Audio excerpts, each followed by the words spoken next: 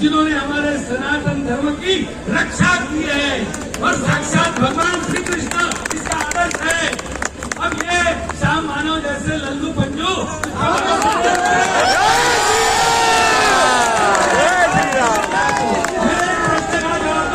भगवान श्री कृष्ण ने पूतना माता का दूध पीकर उसको खत्म किया कि नहीं किया? अब वो कितने साल के थे? कुछ महीने के थे।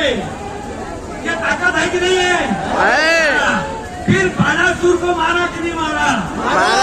तृणासुर को मारा कि नहीं मारा? और जब बड़े हो गए, युवा हो गए, तो कंस को मारा कि नहीं मारा? धनुर को मारा कि नहीं मारा? तो हमारे भगवान तो ये पालनहार है। और उसके बाद में जैसे भगवान श्री कृष्ण ने ये किया, और जब समरांगण में कुरुक्षेत्र में युद्ध चल रहा था, तो भगवान श्री कृष्ण अर्जुन को भगवत गीता का तत्व ज्ञान बता रहे थे। तो भगवान श्री कृष्ण को केवल 2 लोगों ने देखा, बाकी किसी ने देखा नहीं। हजारों कौरवों की सेना थी, पांडवों की सेना थी, पर भगवान श्री कृष्ण ने केवल और केवल 2 लोगों को दर्शन दिया। एक थे हमारे अर्जुन और एक थे हमारे भीष्माचार्य। बाकी किसी को नजर आए क्या है? नहीं। ये हमारी भगवान की लीला है। और भगवान श्री कृष्ण ने हमको आश्वासन दिया है कि मैं आऊंगा। और हमारा इतिहास देखते हैं तो हमने महाराष्ट्र में देखा, साईं बाबा हुए कि नहीं हुए? उसके चमत्कारों से हजारों लोग अच्छे हुए कि नहीं हुए? गजानन महाराज की पोथियां पढ़ते हैं, गजानन महाराज के पोथी में चमत्कार है कि नहीं है? एक ही है। गजानन महाराज को पाटिल बंधुओं ने गन्ने से मारा। गजानन महाराज को कुछ नहीं हुआ। भगवान महाराज को हरि पाटिल ने चैलेंज दिया, मेरे साथ कुश्ती खेलो।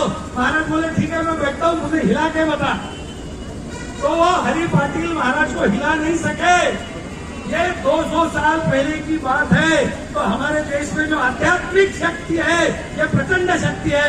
एक होता है ज्ञान, एक होता है विज्ञान, और एक होता है परम ज्ञान। और ये परम ज्ञान के ज्ञानी ये लोग थे। भगवान श्री कृष्ण थे, साईं बाबा थे, गजानन महाराज थे, हमारे यहाँ के ताजुद्दीन बाबा थे।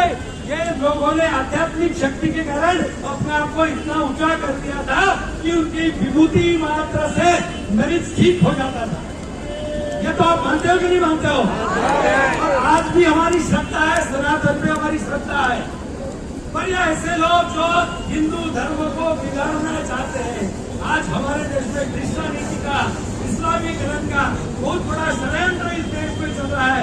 जब देखा कि महाराज की कथा में 20-20 हजार लोग रोज आ रहे हैं, विभूति ले रहे हैं और उनका स्वास्थ्य अच्छा हो रहा है, तो इनकी चल गई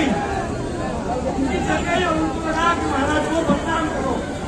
पर जो भगवान का अंश होता है उसको तो भुगतना पड़ता है। महाराज जी की उम्र कितनी है? महाराज जी की उम्र केवल 26 साल है। उन्होंने अपने 26 साल की उम्र में तपस्या की है। और उनके रामाचार्य वो जन्मांत है, वो भी रामायण का अभ्यास कर रहे हैं। ये ताकत होती है अध्यात्म की। पर ये लोग क्या जाने, जिनको हिंदू धर्म का अर्थ ही नहीं पता, इनको क्या बात पता है ये क्या है हिंदू धर्म। हमारे देश में हमारे जो पुराने संत हुए, हमारे जो पूरे ऋषि हुए, उसमें एक थे वशिष्ठ ऋषि और एक थे विश्वामित्र ऋषि। विश्वामित्र क्षत्रिय थे। विश्वामित्र और वशिष्ठ की लड़ाई हो गई और इस लड़ाई में विश्वामित्र परास्त हो गए। विश्वामित्र शंकर जी के पास है, शंकर जी से विद्या प्राप्त करके आए और विद्या प्राप्त करने के बाद वशिष्ठ के साथ लड़ाई की। वशिष्ठ जी ने क्या किया, एक रेशा खींची जिसको हम लक्ष्मण रेशा कहते हैं, और उस रेशा के भीतर विश्वामित्र के बाण नहीं आ रहे थे। तो विश्वामित्र के ध्यान में आया कि शस्त्र की ताकत तो है, पर शस्त्र के ताकत से भी एक ताकत है, वो शास्त्र की ताकत है। और हमारे जो महाराज है उनके पास शास्त्रों की ताकत है। वो हनुमान जी के अनन्य भक्त है। जय श्री राम। विद्यावान गुणी अति चातुर,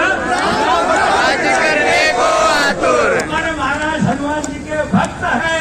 वो विद्यावान है, गुणी है, चातुर्य संपन्न है, पर उनके उनकी जो शरणता है वो हनुमान जी के प्रति है, राम जी के प्रति है।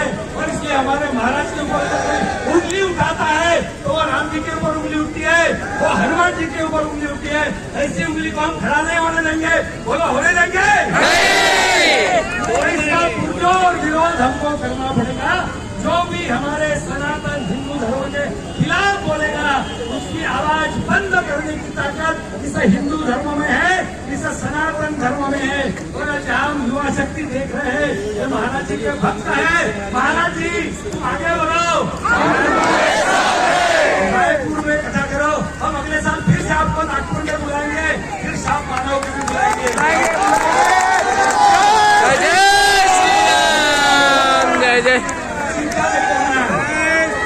चैलेंज हमारी यहाँ के मंच से दे रहा हूँ, यहाँ के मंच से मैं ये चैलेंज दे रहा हूँ। इस सनातन को अगर जो लोग करेगा, अब होगी ताकत से बात, अब होगी ताकत से बात, देश चला संतों के साथ, होगी ताकत से बात, देश चला संतों के साथ, होगी ताकत से बात, देश चला संतों के साथ, होगी ताकत से बात, देश चला संतों के साथ। होगी ताकत से बात। हमें हमारे देश की अभी जो स्थिति है 1947 के बाद आज 2023 में हम खड़े हैं। हमारे देश में अलगाववादी ताकतियां, आतंकवादी गतिविधियां बहुत जोरों से चल रही है। हमारे देश में डोनाल्ड ट्रंप आया था तो दिल्ली में आम आदमी पार्टी के विधायक ने बम स्फोट कर दिए थे। हमारा शाहीन बाग का आंदोलन हमने देखा, रोड ब्लॉक करके रख दिए थे। तो देश की आजादी के बाद आज 75-76 साल हो गए, फिर भी ये विदेशी आक्रांता हमारे देश के ऊपर आक्रमण कर रहे हैं। और हमारे महाराज जी से जैसे अनेक युवा संत है कि वो जो हिंदुत्व के पक्ष में खड़े हैं और ऐसी जो अलगाववादी आतंकवादी ताकत है उनको एक बार झुकाने की ताकत महाराज रखते हैं। और इसलिए नागपुर महानगर की तरफ से मैं महाराज जी को आश्वस्त करता हूँ कि आप आगे बढ़ो महाराज जी, हम तुम्हारे साथ हैं। सात और ऋषि बाग में 30,000 लोग रोज आते थे। अगर आप अगली बार नागपुर आएंगे तो नागपुर की सड़कें हम जाम कर देंगे और ऋषि बाग का मैदान पूरा भर देंगे। जय श्री राम। जय खड़े रहेंगे क्या? अपने दोनों हाथ उठाना है। अपने सनातन धर्म के साथ पूरी ताकत से खड़े रहेंगे क्या? वो बोला बोलो